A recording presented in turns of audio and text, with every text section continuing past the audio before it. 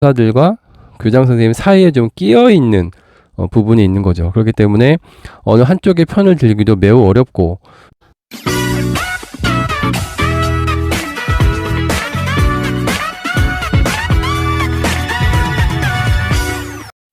네, 모드쌤입니다. 요즘 가끔 동료 교감 선생님들과 이야기를 나누다 보면 승진을 괜히 했다 라는 이야기를 가끔 나눕니다. 혹시 이 영상을 보시는 구독자분들이나 우리 시청자분들께서도 승진을 할까 말까 망설이고 계시는 분이 있을 것 같은데, 승진한 것을 후회한다 이런 얘기를 들으면 과연 승진을 정말 왜 해야 되나 라는 생각을 다시금 하게 되실 것 같습니다. 그럼 과연 승진한 것을 왜 후회할까, 여기에 대한 생각을 한번 좀 나눠볼까 합니다. 교감으로 먼저 승진을 하게 되면 평교사 또는 부장교사로서 받을 수 있는 여러가지 수당이라든지 이런 것들이 줄어드는 것이 사실입니다. 가령 예를 들어서 급여적인 면에서 보면은 부장교사 수당을 받지 못하고 담임교사 수당을 또 받지 못하게 되는 부분이 있죠. 물론 이제 교감이라고 해서 직책 연구비가 한 달에 25만원 정도 나오는 걸로 알고 있는데, 사실은 부장 교사 직책비와 그 다음에 담임 수당 뭐 이런 것들을 더하고, 그 다음에 교감은 보결 수업을 들어가더라도 보결 수당을 주지 않습니다. 그렇기 때문에 일반적으로 선생님들이 이제 코로나 이후로 보결들을 참 많이 하고 계시는데, 거기에 따른 만약에 교장 교감이 이제 들어가게 되면은 그 보결 수당도 받을 수가 없는 그런 부분이 존재를 합니다. 그러므로 사실은 그 부장교사, 예를 들어서 교무부장이라든지 연구부장을 하다가 교감으로 승진을 하게 됐을 때는 상대적으로 급여가 좀 줄어들었다는 느낌을 이제 실감하게 됩니다.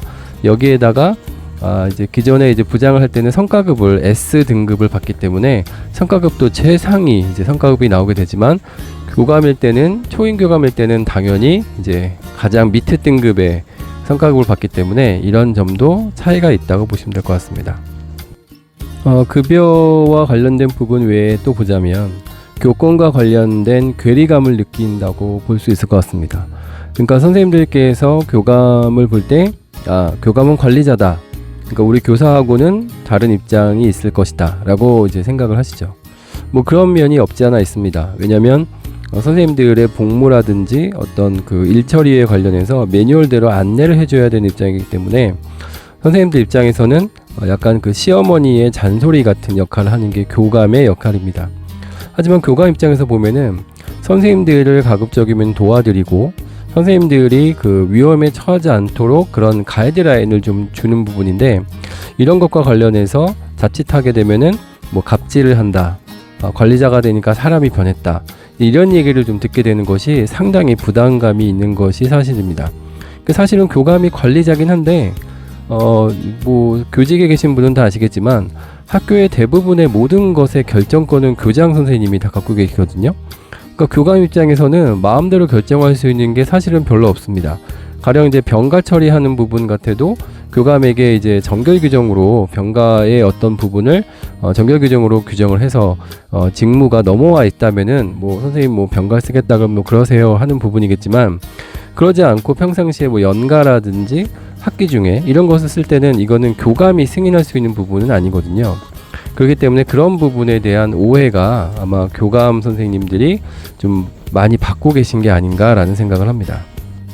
네, 그러니까 학교에 따라서는 그 교감 선생님의 이제 그 정결 규정에 따른 어떤 권한이 위임되어 있느냐에 따라서 좀 다르긴 하지만, 일반 교사들이나 교직원들과의 입장이 비슷한 것이 어떤 그 사안을 결정할 수 있는 결정권이 교감에게는 없습니다. 그래서 보통의 경우는 이제 어떤 사안이 올라오게 되면 거기에 대해서 충분히 고민하고 의견을 교장 선생님께 전달을 해서 결국 결정은 이제 교장 선생님이 하시는 거죠. 그러니까 교장 선생님의 의견을 전적으로 딸 수밖에 없는 부분이고, 간혹 가다가는 이제 의견 차이가 있어서 교장의 입장을 따를 것인가 교감의 입장을 따를 것인가 라는 문제가 갈등으로 벌어지긴 하지만, 대부분의 그런 경우는 결국은 교장 선생님의 의견으로 따를 수밖에 없는 거죠. 왜냐하면 학교장이니까 이제 그런 부분이기 때문에 사실은 이제 교감 입장에서는 교사들과 교장 선생님 사이에 좀 끼어 있는 부분이 있는 거죠. 그렇기 때문에 어느 한쪽의 편을 들기도 매우 어렵고, 또 교사들의 너무 편을 들다가는 교장 선생님이 서운할 것이고, 교장 선생님의 입장에서 뭔가 대변하다 보면 교사들은 또 그것이 서운할 것이기 때문에 사실은 포지션이 다소 애매한 그런 부분입니다. 그렇기 때문에 역할의 한계는 비교적 명확한 편이고, 그 주어진 역할의 한계 때문에 운신의 폭이 매우 이제 적을 수밖에 없는 부분이라, 뭐 간혹 가다가 학교 운영에 적극적으로 참여하는 교감 선생님도 계시겠지만, 약간은 좀 소극적인 입장에서 학교의 역할에 그 참여하는 부분도 있는 것으로 그렇게 알고 있습니다. 네, 그렇기 때문에 교감으로 승진을 하려면 목표가 나름 정확하기 또는 명확했으면 좋겠다라고 생각합니다. 그렇지 않으면 교감의 자리에서 오히려 더 갈등하면서, 또 이제 일부 교감 선생님들께서는 명퇴를 신청하시는 분도 계시고, 내가 차라리 그냥 평교사 또는 부장교사 있을 때가 더 훨씬 행복했다라고 이야기하시는 교감들도 사실은 주변에 많습니다. 교감이 되면은 주로 하는 일이 이제 인사 업무고, 선생님들 사이의 갈등, 교직원 사이의 갈등, 행정실과의 갈등, 교장 선생님과의 갈등, 교육청과의 갈등, 그리고 무엇보다도 민원이 발생했을 때 민원 처리를 또 해야 되는 부분을 나서서 해야 되기 때문에 이런 부분이 매우 큰 스트레스로 작용하고 있습니다. 그렇기 때문에 내가 왜 승진하려고 하느냐, 내가 왜 교감이 되려고 하느냐, 여기에 대해서 자기 나름대로의 명확한 관이 있어야 교감 승진에서도 비교적 원만하게 하루하루를 보낼 수 있지 않을까라는 생각을 합니다. 또 최근에는 모든 가산점이 사라지고 부장 점수라든지 담임 점수, 초과 부장 점수 이런 거 외에는 점수를 딸 것이 별로 없기 때문에 교직에서 정말 오랫동안 묵묵하게 본인의 역할을 충실히 수행해야 이제 승진이 되는 시스템이 이제 돼가는 것이죠. 그렇기 때문에 아마 승진에 대해서는 좀 더 고민을 많이 하셔야 되고, 내가 교감이 됐을 때 학교를 어떻게 운영하는 데 참여할 것이고, 선생님과의 관계를 어떻게 설정할 것인가가 매우 중요한 문제라고 생각합니다. 또 교권과 관련해서도 선생님들의 권리를 보장하다 보면 관리자로서 교감의 권리는 줄어드는 부분이기 때문에 이게 또 쉽지 않은 부분입니다. 그래서 이런 부분에 대한 고민을 충분히 해서 내가 승진을 한번 생각해 보시기 바랍니다. 네, 세상에 쉬운 일은 아마 없을 겁니다. 물론 이것은 이게 교육에도 마찬가지고요. 교사의 길도 쉽지 않지만, 교사에서 승진해서 교감으로 올라갔다고 해서 모든 일이 탄탄대로처럼 순탄하게만 펼쳐지지 않는 것이 사실이고요. 앞으로는 이제 교권과 관련해서 더욱더 교감으로서, 학교 관리자로서 어려운 일들이 많이 벌어지지 않을까라고 생각합니다. 그 가운데서 교장과 그 다음에 교사 사이에 깨어있는 이 중간자의 역할을 하는 교감의 길은 더욱더 갈등 중재라든지 또는 마음의 그 어떤 심리적인 압박감이 매우 심하기 때문에 사실은 매우 스트레스가 많은 것이 현실입니다.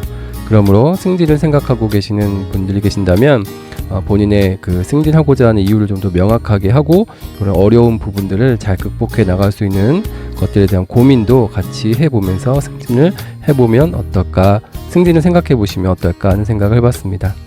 오늘 제 영상이 조금이라도 도움이 되셨으면 좋겠습니다. 감사합니다.